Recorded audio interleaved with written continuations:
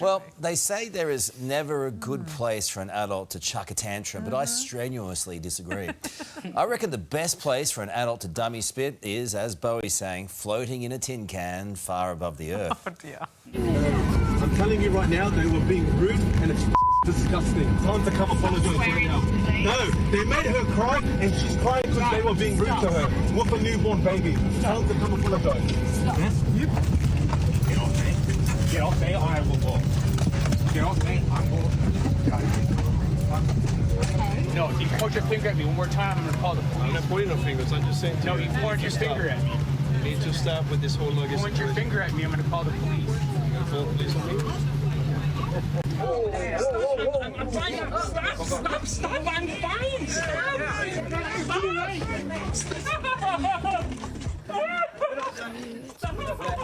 Call me again. Yeah, you did nothing wrong. No, you shut the up. You shut the up and your you shut the film me. I'm Instagram famous, you bum. See what I mean? Can I just verify that guy in the last clip there wasn't you? No, it's so good. Okay. It's so good. Striking I resemblance. love watching the meltdowns. Well, to discuss, we're joined by former flight attendant Nicola Dale and psychologist Sandy Ray. I mean, Sandy, look, we're having a laugh, but those unruly passenger incidents, they've risen by 47% globally in the past year. There's a bit of anger out there. There's a lot of anger there. I love watching those clips. It's fantastic. Nothing worse than a tantrum. Look, there's not a lot of research actually about why people behave like this, but one of the things that seemed to have emerged in the last little while is certainly COVID related. The people were restricted. There's lots of anger. They don't know how to handle their anger. And just very quickly, there seems to be four main areas. One is looking at the personality of the passengers, their temperament, substance use, mental health, no surprises there. Another one is in what they call environmental conditions such as safety of the passengers, way other passengers talk to people or look at people. And another one is the airport, I guess the airport stress of being there, waiting in line, being told that you haven't got, the right luggage, etc., etc. Also, it's like Ice Vovos. It seems to me that the seats have got smaller. It's this now. It's like, Really tight. Yeah, it's like... Don't take the armrest. Don't take the armrest. People just get... It's like this. Oh, that's a good look. Like a bullfrog in a sock. Carlos, cut away from him.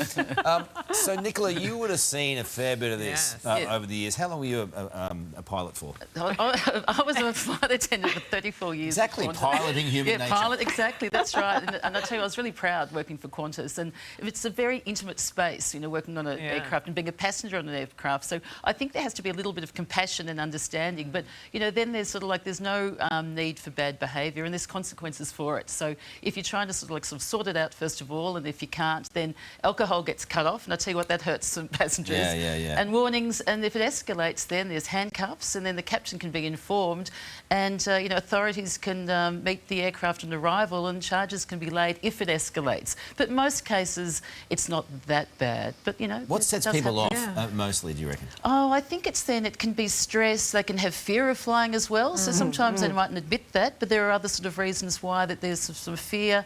So there's a whole lot of different reasons that way. Did you encounter a bit of that activity when you were there for 34 years? Look, I did sometimes, but I was saying most of the time it was pretty good.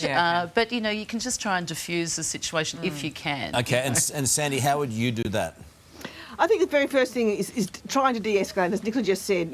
Try and keep calm, answer queries, and don't forget a lot of this bad behaviour is actually about an entitlement. They think they have the right to behave like this. Yeah. So rationally and calmly trying to de-escalate is your first port of call. And you let the people like you try and do it. Yeah, and we are that first port of call that way, and we do try and de-escalate. I think we do a pretty good job because Qantas crew are pretty well trained. I once got on a flight and the flight attendant said to me, "I'm sorry, Mr. Stefanovic, there's no more alcohol on board. Mr. Wilkins is drunk at all." I've never heard that before. No, that would be news to you. I didn't know he liked gin or vodka. It's news to me. That's a fact. And then did you fall on the floor and have a tantrum? No, I had to take the plane back. That's how angry he gets. Thank you, guys. Great fun. Thanks for joining us this morning, guys. Appreciate it. Hey there, Today fans. Sarah and... What's my name again? Oh, my goodness. Carl. Hey, thanks for watching our YouTube channel, though. Subscribe now for more news, special reports and amazing Aussie stories. And Carl misbehaving, Whoa, of course. That never happens. Always happens. What's she talking about?